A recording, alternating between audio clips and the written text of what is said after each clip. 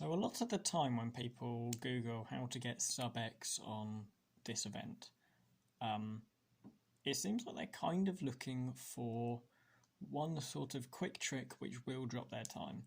And 99.9% of the time there is not one of those. It will come down to practice, it will come down to working on the things you're bad at, and that applies to every single event, including blind events. However, blind events more than any other will have these little quick fixes. And you will be able to drop a bit of time by considering a few things if you haven't already. So this is probably more geared towards people who know freestyle. Doesn't have to be, some of these apply to anyone, but this will basically apply to people who are wondering why they're not fast yet when they put all this effort in. So some quick fixes that you might not have considered. So here is the first one, which people don't put enough time into. You need to get a good grasp of reorienting the cube fast. So the first thing you can do, which will automatically make you get better at this when it comes to competitions, is please practice with a stack mat and a box. It doesn't have to be a proper box in competitions. I know a lot of competitions will let you take one because they're just made of paper, or you can print one yourself a lot of the time. I use something like this. Just the box on an MGC 2x2. It's just, I have a box somewhere, but I don't know where I put it. But please do that because it will get you used to reorienting the cube. So when you get the cube out of the thing, say you get it here, so you will see what colours on the top and what colours on the front, and you will think, right, where do they go? This goes on the left, this goes on the back, well, for my orientation, and go to that very quickly. So that's one thing that will actually shave off a bit more time than you expect from something that doesn't require you to learn anything. Okay, now we're on to some of the bigger things, and these are memo tips mostly, but I have a few for exec. So let's get a scramble going. I'm not going to bother putting it in the description because it's just for examples. Okay, so I'm not going to... I know that most of my letter pairs are specs and everything, but don't worry about it because all I'm doing is examples of how you would memo, not full examples of. So my memo would be WSPQGKIMD for corners, and then it would be something like OABNIXJSRDFA.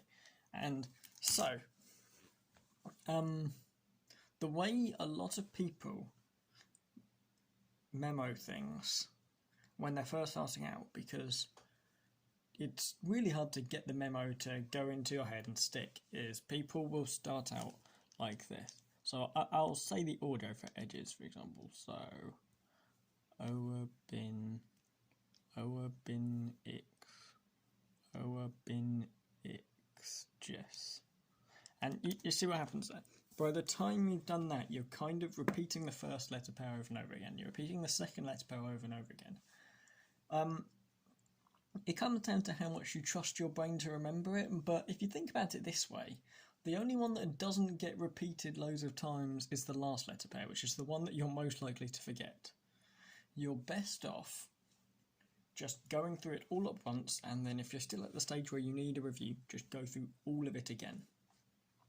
Now that sounds difficult, but A, trust me, it's not as difficult as you think, and it will help you more than you think. And second, I've got another tip which is going to help you with your audio. So, this mostly applies to audio, but it can apply to other things like longer memo and big blind. But let's talk about audio. Things really need to be grouped together. It doesn't sound like it needs to be, but it does. This gives a kind of rhythm to memo, and overall helps you flow through it faster because, well, just trust me on this one, it does. You'll try it out and it will work. So, some people group them into 2s, some people group them into 3s. I group them into 3s. So, my first 3 would be Oa Binnix and then Jess Raidfer. And so that gives some structure to it, and that will actually help quite a bit. You'll be surprised. I keep saying this, you will be surprised how much these things help. And with that, it actually improves my retention of it as well. And as I said, if you need another review of it, that's fine. I'm not saying don't review because that's slow. It is slow, but when you're not that fast, why do I care? Just do the review if you need to be, but don't repeat the first letter part over and over when you're trying to go through. Just do everything once and then do everything a second time in order. You're less likely to forget, it will be faster, and giving it the group structure is going to help you to retain it and, say the audio out loud. Now, another problem I experienced with audio edges is that a lot of my letter pairs sounded quite similar. Now, you hear people talk a lot about not having similar sounding image letter pairs, and this is important as well. The simplest example I can give is, imagine you have the letter pair PN and you've memorised penis, but when you come to execution, you're just remembering a wang, so you might execute the letter pair DK for dick. And this could be an issue. So that's obviously something you want. So, get your mind out of the gutter and just use something like pen. there are better examples. Anyway. God, I lost my train of thought making that joke. Yeah, audio. Audio has an even worse issue. So when I first started, when I would get 2 letter pairs with 2 consonants, I would just stick an A in the middle of them for simplicity, because I'd never actually focused on the audio sounds I'd make for every letter pair. Because why urge you? It's just audio. You don't need a proper word for it. You do. If you're just making an ah sound between every letter pair, everything sounds similar, you're going to forget the order, and it's actually more difficult to say. So, I mean, this is quite a weird fix you can do, but I would make a conscious effort to go through audio and make sure you use a range of sounds. You're going to get ones that sound similar. But, I'd say, Ban X, Jasradfa, and it would be and that's just a lot of ah sounds, and it really doesn't work. So, yeah, you want to have a good variety of sounds so that you remember which order everything comes up in from just short-term memory, and it's easier to say out loud because, they're different, they're unique. And so that's almost the end of my memorisation tip. And this last memorisation tip is something you should consider, but it's not actually a tip for memorisation. It's a tip for execution, which takes place in memorisation. So an issue a lot of people have is remembering corners. And this is something I discovered way too recently, and I should have known a long time ago, but you can just put a stress on the first letter pair. You can spend more time on it, you can make that the strong image, and then as long as the rest of the memo is somewhat sensical, oftentimes that first letter pair being really strong will bring back the rest of memo because it flows on from it. So it could be an exclamation. Say you started with ST, for example. My letter pair for that is shit. So, God, this is not a family-friendly video, but I would at the beginning when I think shit as an exclamation, and that would actually bring back the memo more strongly. So that's one example, and that's going to get rid of a pause and improve your times more than you think, as I've said with all of these things. Okay. After this, you want to slow down your turning most times. This isn't applicable to everyone, but a lot of people do have issues with turning way too fast. You don't have to turn that fast to get a good time.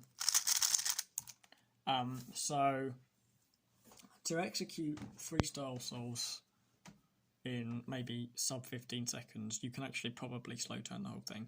I'm not going to go into too much detail, but Graham Siggins has a great video where he turns pretty slowly and still gets sub 15 times using freestyle. As in just 3x3 solves using freestyle. It's called something like How to Have Sub 15 Blind Execution. It's just a video of him doing slow turning solves where he doesn't pause.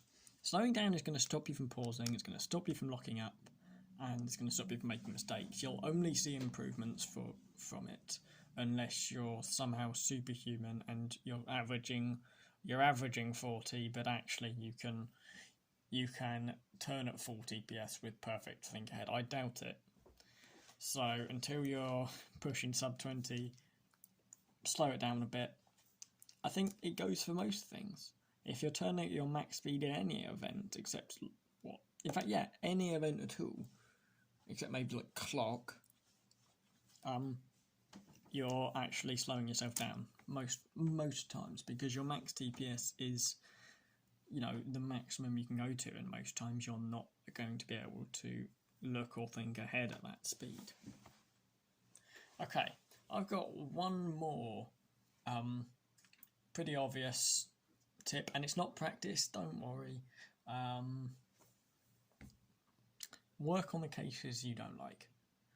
This sounds like a small fix, but trust me, if you go through all of the cases in 3-style you don't like, or if you go through the M2 cases you don't like, so let's say you're in M2 and you've got this sticker to this sticker. That's a really long case. I don't remember the out for it, if I'm honest, but that's a really bad case.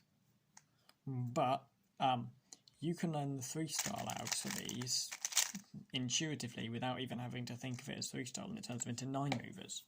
So go through cases you think are awful and learn new ways of doing them. Play around with it, see what works for you, and, chances are when you're first learning 3-style or when you're still using M2, there's a lot of these cases. And you'll be thinking to yourself at times, oh, if only I could improve my memo, oh, if only I could turn faster, if only I could think ahead better. Perhaps, maybe some of that improvement is going to come from you working on the cases you don't like, because though they won't come up in every solve, the more you improve on the cases you don't like, the fewer times those cases are going to take time away from your solves, and so your average time is going to come down. You're going to get more and more good times, and eventually it won't be your algorithms holding you back, and you'll always be working on the other things.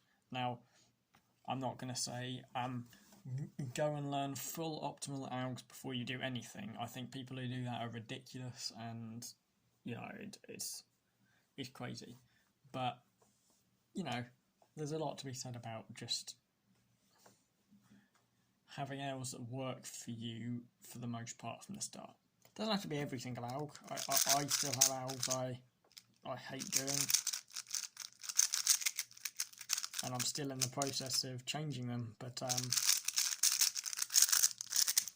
every time you do that is a potential solve in future improved. So yeah, that's all of my basic tips, and all of these together are going to save a lot of time if you go and apply all of these. They're not difficult things. What I've said, that applying the new memorization things might be a bit difficult to get used to at first, but once you do it, that's going to be the biggest time save as well. And then things like just expressing the first letter pair, turning slower, reorienting the cube fast, there'll also be little time saves that bring down your times altogether. So that's it. Hopefully this is helpful, and yeah, if you have any other questions about FreeBlind, feel free to ask. Okay, I'm going to call it a video there, but thanks for watching.